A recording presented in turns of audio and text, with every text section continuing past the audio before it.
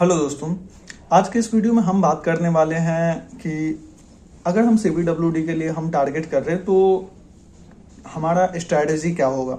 ये सारी मतलब कि टेक्निकल के लिए क्या होगा, नॉन टेक के लिए क्या होगा, कैसे हम मॉक टेस्ट देंगे, कैसे हम उसका एनालिसिस करेंगे, ये सारी बातें हम करेंगे। और सारी बातें हम इडिक्विटी के जो नई पैटर्न है उसके बेसिस पे हम बात करने वाले हैं। वीडियो को आगे बढ़ाते हैं। इस वीडियो को हम बात करने वाले हैं 4 पार्ट में। हम इस वीडियो को डिटेल में बात करेंगे। सबसे पहले हम बात करेंगे रीजनिंग के लिए, उसके बाद हम बात करेंगे मॉक टेस्ट के लिए, और दूसरा हम बात करने वाले टेक्निकल के लिए, और उसके बाद जीके जीएस और करेंट अफेयर के लिए। 4 पार्ट में हम इस वीडियो को डिटेल में बात करने वाले हैं। इस वीडियो हमारा जो सिलेक्शन के लिए जो मेन जो तलवारें हैं, 2 तलवारें के बारे में हम बात करेंगे। सबसे पहला है कंसिस्टेंसी और दूसरा एक्यूरेसी। इन पे हमको बहुत फोकस रहना है और इनके लिए हमें काम करना होगा। सबसे पहले हम वीडियो को स्टार्ट करते हैं और बात करते हैं रीजनिंग के बारे में। रीजनिंग जो है वो एक अपने आप में बड़ा स्कोरिंग सब्जेक्ट है। अगर आपको सेलेक्ट होना है तो आप रीजनिंग को स्किप तो नहीं कर सकते। रीजनिंग को बिल्कुल भी आप स्किप नहीं कर सकते हैं। रीजनिंग को हमने 2 कैटेगरी में डिवाइड कर रखा है। पहला है कैटेगरी 1, दूसरा है कैटेगरी 2। अब है क्या है भाई इन कैटेगरी में, तो सबसे पहले हम कैटेगरी 1 में हम बात करते हैं जिन्होंने क्लासेस कर रखे। कुछ स्टूडेंट्स ऐसे होंगे जिन्होंने क्लास कर रखे होंगे, कुछ स्टूडेंट ऐसे होंगे जिन्होंने क्लास नहीं कर रखे होंगे। तो हम दोनों के लिए बताने वाले हैं आपको करना क्या है। अगर आपने क्लासेस रीजनिंग की कर रखी है तो आप क्या कर सकते हैं, सीधे आप जो जैसे आप डेली सुबह उठते हैं या फिर दिन में आपको जब भी टाइम मिले, एटलीस्ट जो 50 नंबर के जो 50 नंबर के जो क्वेश्चंस होते हैं, 50 क्वेश्चंस जिनमें रहते हैं जिन टेस्ट सीरीज में, उनको आप डेली अटेम्प्ट कीजिए। डेली दिन में 50 क्वेश्चंस रीजनिंग का आपको उस टेस्ट से कंप्लीट हो जाएगा। ये चीजें आपको डेली करनी है। जिन्होंने क्लासेस नहीं कर रखी है वो क्या करेंगे, पहले अपने क्लास कंप्लीट करेंगे और पैरेलल में चैप्टर वाइज या टॉपिक वाइज जो रीजनिंग आते हैं उनके टेस्ट आपको देते जाने हैं। ये चीजें आपको करनी है। आगे डिटेल में भी मैं इस पर डिस्कशन करने वाला हूं जब मैं टेस्ट सीरीज की बात करूंगा तो। उसके बाद हम बात करने वाले हैं टेक्निकल के बारे में। दूसरा जो पार्ट है वो हम बात कर रहे हैं टेक्निकल के बारे में। इसको हम डिटेल में समझेंगे। इसको भी हमने 2 कैटेगरी में डिवाइड कर रखा है, कैटेगरी 1 एंड कैटेगरी 2। अब इसमें क्या है, हमने कैटेगरी 1 में वैसे सब्जेक्ट्स ले रखे जिन्होंने मैंने उसको मान लिया कि हाँ मैं ये पढ़ चुका हूँ। कुछ मैं अभी वैसे परिस्थिति की बात कर रहा हूँ, जैसे कि कुछ सब्जेक्ट्स मेरे बचे हुए, कुछ मैं कंप्लीट कर चुका हूं और मैं चाह रहा हूं कि इस बार मेरा सिलेक्शन हो जाए। तो ऐसे के लिए मैं बात कर रहा हूं। मैं उन भी स्टूडेंट्स के लिए बात करूंगा जो पहले से 2 साल पहले से तैयारी करे, वो उसका सिलेबस ऑलरेडी कंप्लीट है। उनको क्या करना है वो भी मैं अभी बताने वाला हूँ। सबसे पहले हम बात करते हैं जैसे कि कैटेगरी 1 में है जो सब्जेक्ट्स कंप्लीट हो रखे, कैटेगरी 2 में जो सब्जेक्ट्स मेरे बचे हुए हैं, जैसे कि बिल्डिंग मटेरियल, सॉइल, एफएम, ये सारे मेरे कंप्लीट हो रखे हैं। सर्वे एस्टिमेट, ये सारे मेरे क्या बचे हुए हैं। अब बात हम करते हैं कैटेगरी 1 में जो सब्जेक्ट्स हैं उनके लिए हमें क्या करना है और कैटेगरी 2 में जो सब्जेक्ट्स हैं उनके लिए हमें क्या करना होगा। तो सबसे पहला जो हम बात करने वाले वो है कि जैसे मेरा जो सब्जेक्ट्स कंप्लीट हो रखे हैं उनमें से हम क्या करेंगे, 2 सब्जेक्ट्स को सेलेक्ट करेंगे।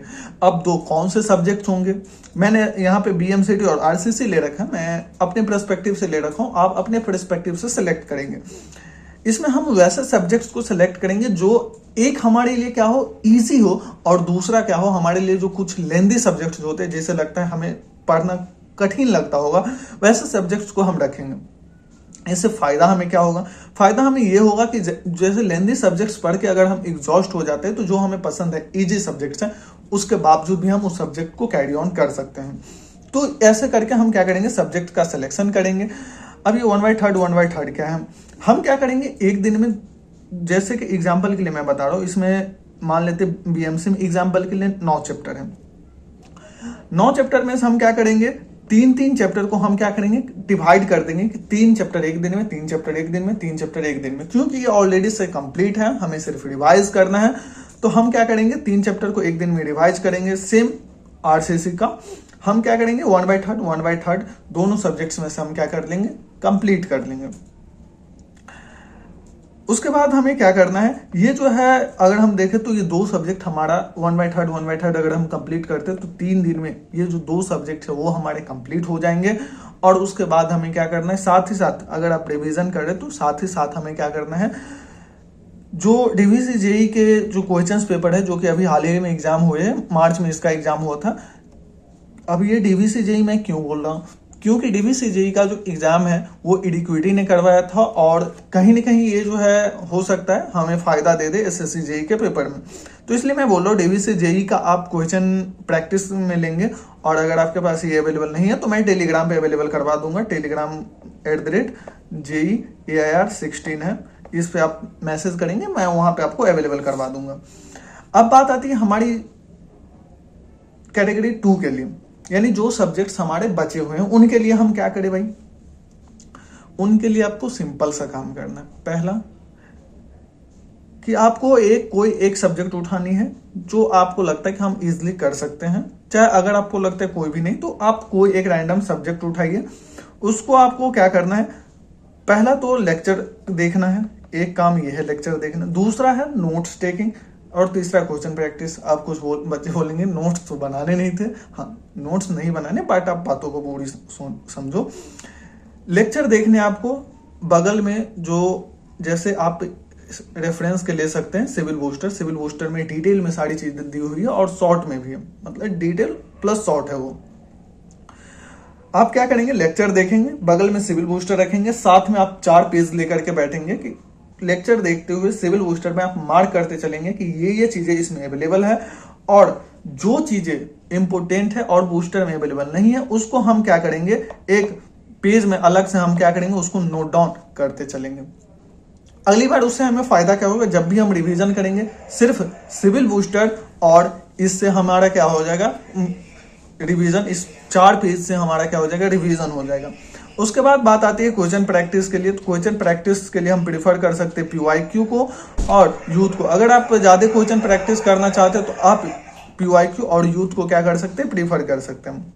अब हम बात कर लेते हैं उन बच्चों के बारे में जिनका के सिलेबस जो है वो कंप्लीट हो रखा है। सिलेबस जो है वो क्या हो रखा है, कंप्लीट हो रखा है।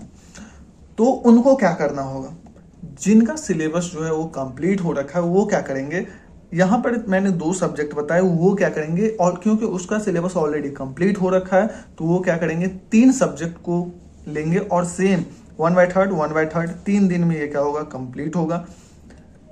उन्हें जो है अब ये क्वेश्चन करने की जरूरत नहीं है, सीधे जाएंगे डीवीसी जेई का मॉक टेस्ट लगाएंगे, सीधा मॉक टेस्ट देंगे और उसको एनालाइज करके चीजों को पता करेंगे कि गलत कहाँ हो रहा है, क्यों गलतियां हो रही है, ये चीजें हैं। अगला जो सबसे मोस्ट इंपॉर्टेंट है वो है मॉक टेस्ट एंड उसके एनालिसिस के बारे में। अब देखो मॉक टेस्ट देना तो ठीक है, लेकिन जो सबसे जो जरूरी काम है, जो की है सिलेक्शन का, जो की है वो है मॉक टेस्ट का एनालिसिस। क्योंकि देने के लिए तो बहुत बच्चे टेस्ट देते हैं, मॉक टेस्ट बहुत लोग दे देते हैं, लेकिन उसको एनालाइज करना सबसे बड़ा काम है, जो कि नहीं कर पाते अधिकतर बच्चे, और ये इसी से क्या हो जाता है, सिलेक्शन बहुत बच्चों का रुक जाता है। अब देखो मॉक टेस्ट में जो होता है, सबसे पहला जो काम होता है वो होता है टेस्ट पार्टिसिपेशन का। तो टेस्ट में सबसे पहला काम होता है टेस्ट में पार्टिसिपेट करना। अब जो है जिनका सिलेबस ऑलरेडी कंप्लीट हो रखा है वो मैं प्रेफर करूंगा कि वो हर एक सेकेंड दे, टेस्ट दे। सेकेंड डे अगर ना दे पाए तो मैक्स टू मैक्स हो, मतलब कम से कम वो 3rd डे टू टेस्ट दे, एवरी 3rd डे, एवरी तीसरे दिन वो क्या करे, मॉक टेस्ट दे। जिनका सिलेबस कंप्लीट नहीं है, कुछ सब्जेक्ट बचे हुए, वो क्या करेंगे, हर एक तीसरे या चौथे दिन पे क्या करेंगे, टेस्ट को अटेम्प्ट करेंगे। और या फिर हम दूसरे शब्दों में बोलना चाहें तो कम से कम 2 मॉक टेस्ट पर वीक, अब हर एक सप्ताह में कम से कम 2 मॉक टेस्ट आपको देने ही, चाहे आप जैसे दो आपको दे देने हैं। कुछ अगर चाहे तो आप टेस्ट रिपोर्ट हमारे टेलीग्राम पे भेज सकते हैं @JEAR16। अगर आपको कुछ पर्सनल गाइडेंस चाहिए तो वो भी मैं आपको दे दूंगा, वैसा कुछ इशू नहीं। अब जो इसमें जो सबसे मोस्ट इंपोर्टेंट पार्ट है वो है टेस्ट एनालिसिस, जिसमें मैंने 5 स्टार को मार्क कर रखा है। आप देख रहे हैं मैंने 5 स्टार मार्क कर रखे हैं। इसमें सबसे पहले हम बात करेंगे रीजनिंग के बारे में कि रीजनिंग से टेस्ट तो दे रहे, नंबर नहीं आ रहा है, पढ़ भी रखे फिर भी नहीं आ रहा। आपको क्या करना है, इसके लिए जो टेस्ट दे रहे उसमें जो क्वेश्चन गलत हो रहे उनके टॉपिक को नोट डाउन करने हैं। एग्जाम्पल के लिए मैं बता रहा हूं, जैसे कोडिंग डिकोडिंग से मेरे क्वेश्चन गलत हो रहे हैं, नंबर सीरीज से मेरे क्वेश्चन गलत हो रहे हैं। मैंने क्या किया, इन टॉपिक को नोट किया, और जब मैं अगले दिन जैसे 50 क्वेश्चन का जो टेस्ट मैं रीजनिंग का दे रहा था उसमें मैं इसके चैप्टर वाइज जो टेस्ट होंगे जिसमें 10 क्वेश्चन 20 क्वेश्चन होंगे, इनको मैं लगाऊंगा, ताकि मैं कोशिश करूंगा एटलीस्ट इस टॉपिक से तो मेरी अगली बार जो गलतियां है वो ना हो। एक बार में नहीं होगा, आपको 2 बार 3 बार, लेकिन ये धीरे धीरे चीजें बहुत ही कम हो जाएगी। तो ये चीजें करनी है, practice mode in daily schedule. मैंने आपको बता दिया कि कैसे आपको चीजें करनी है। ये हो गई रीजनिंग के बाद। अब हम बात करते हैं टेक्निकल के बारे में। मेन जो मेरा मेजर पोर्शन है सिलेक्शन का वो है टेक्निकल। वो जो है हमारे 100 मार्क्स का आता है। इसके लिए हम क्या करें भाई, अब देखो हम जो टेस्ट सीरीज दिए उसमें जो है 2 पार्ट होते हैं। एक होता है हमारा जो सही हुआ, एक होता है गलत हुआ। अब देखो सही क्वेश्चन में भी क्या होता है, कुछ क्वेश्चंस ऐसे होते हैं जो आप कहीं ना कहीं तुक्का लगा देते हैं और वो सही हो जाता है। मतलब ऐसा लगता है कि हाँ इसी चैप्टर का और ऐसा होगा, तो वो जो है कुछ क्वेश्चन क्या होता है आप तुक्का से सही कर जाते हैं। दूसरा क्या होता है जो कि गलत ही हो जाता है भाई। तो सबसे पहली बात मैं बताऊं कि सही क्वेश्चन जो तुक्का लग रहा है ना, आप उसको टेस्ट के बाद क्या करें, उसको एक बार देखें कि एटलीस्ट जब आप अगली बार जो टेस्ट सीरीज दें तो उसमें आप कोशिश करें कि ये जो तुक्का है आपके कॉन्फिडेंस में बदल जाए कि हाँ ये क्वेश्चन जो है आप कॉन्फिडेंटली कर रहे हैं, मतलब उस टॉपिक से क्वेश्चन आप कॉन्फिडेंटली कर रहे हैं। तो ये चीजें आपको तुक्के वाले क्वेश्चन पे भी करना है। अब बात आती है गलत क्वेश्चन के लिए क्या करें भाई। तो गलत क्वेश्चन को मैंने 3 कैटेगरी में डिवाइड कर रखा है। देखो सबसे पहला जो गलतियां होती है वो क्या होती है, इम्प्रॉपर रीडिंग। मतलब क्या, आपने क्वेश्चन को ही ढंग से नहीं पढ़ा भाई। हाँ बहुत बच्चे ऐसे करते हैं, जैसे कोई क्वेश्चन में लिख देता है कि ओनली वर्ड कहीं पे आ जाता है कि it is valid for only, वहां पर क्या कर जाते बच्चे गलत कर जाते, ओनली वर्ड पढ़ते ही नहीं है। कहीं पे बीच में नोट आ जाता है, वो भी हमसे कई बार क्या होता है मिस हो जाता है। तो ये जो चीजें हैं आप एक अपना क्या करें लीक करके रखें कि अगली बार जो है ये नोट वर्ड ओनली वर्ड इसको बहुत ही फोकस से पढ़े और ट्राई करें एटलीस्ट ये जो गलत क्वेश्चन गलत करने पढ़ने की वजह से जो गलतियां होती है वो गलतियां ना हो, क्योंकि ये भी गलतियां एक होती है। आप अगर आप सही से एनालाइज कीजिए तो उसमें पता चलेगा। दूसरा क्वेश्चन होता है कि पढ़ा हुआ है, मैंने पढ़ रखे हैं फिर भी गलती हो गया, तो उसका जो रीजन है वो है क्या, लैक ऑफ रिवीजन। तो इसके लिए हम क्या करेंगे, जो पढ़ा हुआ क्वेश्चन गलत हो रहा है उसके लिए हम क्या करेंगे, इसमें आपको क्या करना है सेम प्रैक्टिस कि आप क्या करेंगे, जो टॉपिक है टॉपिक का नाम नोट करेंगे। फॉर एग्जांपल एसएफडी वीएमडी है, एसएफडी वीएमडी, इसके लिए हम क्या करेंगे कि इस टॉपिक को हमने नोट किया और इस टॉपिक को हम क्या करेंगे एक बार गो थ्रू हो जाएंगे, ताकि अगले टेस्ट में इस टॉपिक से जो है मेरा क्वेश्चन गलत ना हो, इतनी अच्छी से रिवीजन हम इसका कर लेंगे। तो ये हुआ। अब है कि कुछ क्वेश्चन जो बिल्कुल ही पता नहीं, उनका क्या करें।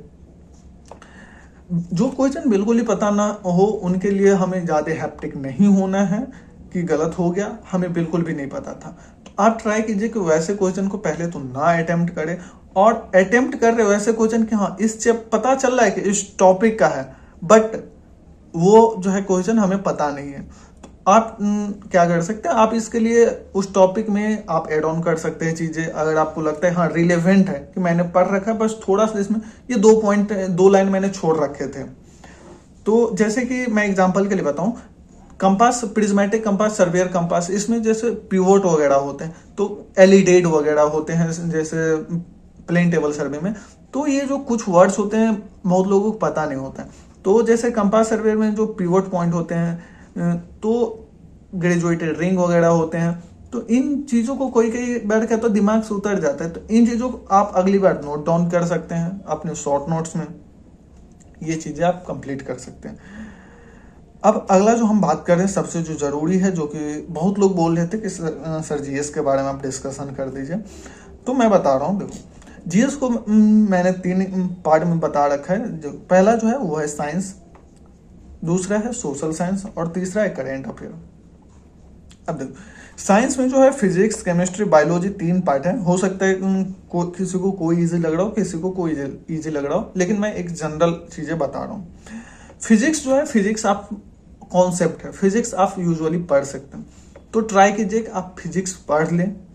दूसरा केमिस्ट्री जो है थोड़ा सा कभी कभी क्या होता है, किसी को इजी भी लगता है, किसी को लेंदी भी लगता है। बायोलॉजी आपको पढ़ना ही, क्योंकि बायोलॉजी से नंबर ऑफ क्वेश्चन जो है वो ज्यादा उठते हैं, तो ट्राई कीजिए फिजिक्स प्लस बायोलॉजी एटलीस्ट आप कवर कर लें। और केमिस्ट्री के कुछ इंपोर्टेंट टॉपिक्स जो आप चाहते हैं कि जो यूजुअली एग्जाम में पूछे जाते हैं उन टॉपिक को आप क्या करें, कवर कर लें, ये आपको करना है। अब बात आती है सोशल साइंस। सोशल साइंस में भी 3 सब्जेक्ट हैं, हिस्ट्री, ज्योग्राफी एंड पॉलिटी। कुछ बच्चे बोलेंगे 3 ही नहीं है, 4 है, मुझे भी पता है, इकोनॉमिक्स है। लेकिन दिक्कत क्या है ना कि इकोनॉमिक्स से ज्यादा क्वेश्चन आते नहीं है, तो हमें इन 3 चीजों पे फोकस करनी है। अब देखो हिस्ट्री जो है, सारी हिस्ट्री आप पढ़ने बैठेंगे तो हिस्ट्री कभी खत्म होने वाली चीज है नहीं। आप अगर आपके पास टाइम कम है तो आप सिर्फ मॉडर्न हिस्ट्री को प्रीफर करें। मॉडर्न हिस्ट्री एटलीस्ट आप पढ़ के जाएं। ज्योग्राफी आप पढ़ के जाएं, जो भी इंपॉर्टेंट टॉपिक्स है आप उसको लिस्ट डाउन कीजिए और उसको पढ़ के जाइए। उसके बाद है पॉलिटी। पॉलिटी में आर्टिकल्स वगैरह, पॉलिटिकल तो इजी सब्जेक्ट है, अगर आप थोड़ा सा भी मेहनत करें तो पॉलिटिकल का क्वेश्चन आपसे नहीं छूटेगा। अब जो बहुत बच्चे बोलते हैं करेंट अफेयर कहाँ से पढ़े, तो देखो करेंट अफेयर का कोई लिमिट नहीं है, वो लिमिटलेस चीजें हैं। कभी भी तुम उसको प्रिडिक्ट नहीं कर सकते हो कि क्या पूछा जाए। इसके लिए हम क्या कर सकते हैं कि हम डेली लगभग 20 से 25 मिनट करेंट अफेयर पे अपना दे सकते हैं कि हम ये तो कोई भी एक यूट्यूब पे बहुत सारे टीचर है जो पढ़ाते करेंट अफेयर, कोई आप एक टीचर को पकड़ लो जिससे आप पढ़ना चाहते हो, जिसका वीडियो ऐसा ना हो कि 1.5 घंटे आप करेंट अफेयर ही पढ़ रहे, कोई मतलब नहीं है उस बात का। 20 से 25 मिनट आप टारगेट रखो कि 20 से 25 मिनट में एक दिन का करेंट अफेयर निपट जाए। तो ये चीजें आप ट्राई करो। अगर आप चाहते हैं कि जो नॉन टेक वाली पार्ट है, ये जीएस वाली पार्ट, इसको मैं बहुत ही डिटेल में बताऊं कि कौन कौन से टॉपिक कैसे कैसे हैं, कैसे कैसे करने हैं, तो कमेंट आप कीजिए। अगर सफिशिएंट नंबर ऑफ कमेंट रहेंगे तो मैं उस पर वीडियो बनाऊंगा। या फिर दूसरा, कुछ बच्चे पहले भी कमेंट कर रखे हैं कि सब्जेक्ट वाइज स्ट्रेटेजी पे वीडियो बनाए, तो या तो फिर अगला वीडियो मैं वो बनाऊंगा, जैसे आप लोगों की डिमांड होगी मैं उस तरीके से अगला वीडियो में करने वाला हूँ। बाकी थैंक यू।